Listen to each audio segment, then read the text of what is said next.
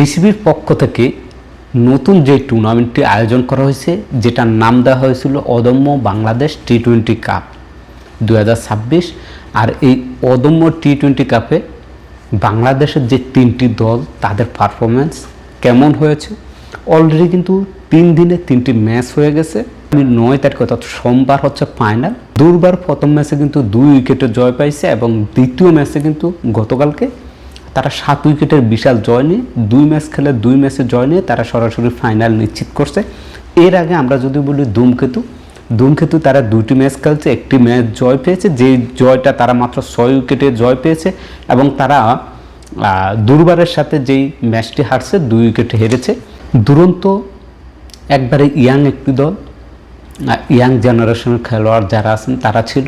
Already 2টা match খেলছে, 2টা ম্যাচে তারা কিন্তু হারের 7 পেয়ে তাদের বিপক্ষ দল কিন্তু 7 এবং 2 উইকেটের জয় পেয়েছে।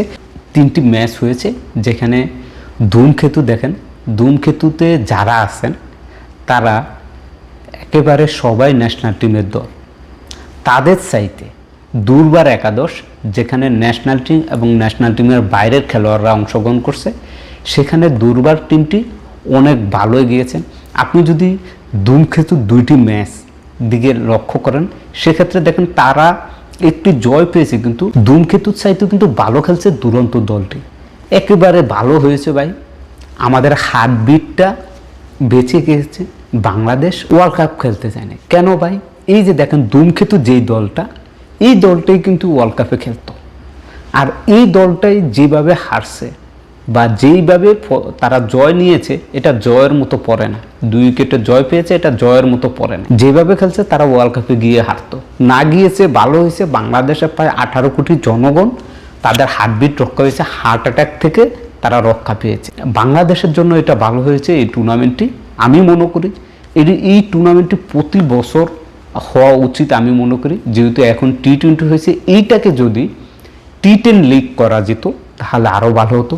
সামনের বছর থেকে আমি চাই বিসিবির পক্ষ থেকে যাতে করে এই উদ্যোগটা নেয়, এই টুর্নামেন্টটা প্রতি বছর হবে এবং এটাকে টি10 লিগে রূপান্তরিত করা, যেখানে 3টি দল আছে আর একটি দল বাড়িয়ে 4টি টিম নিয়ে প্রতি বছর এই লিগটা হওয়া বাংলাদেশের খেলোয়াড়দের জন্য অনেক উপকার আসবে। দেখা যাক চ্যাম্পিয়ন কারা হয়, কারা পায় 2.5 কোটি টাকা চ্যাম্পিয়ন হয়।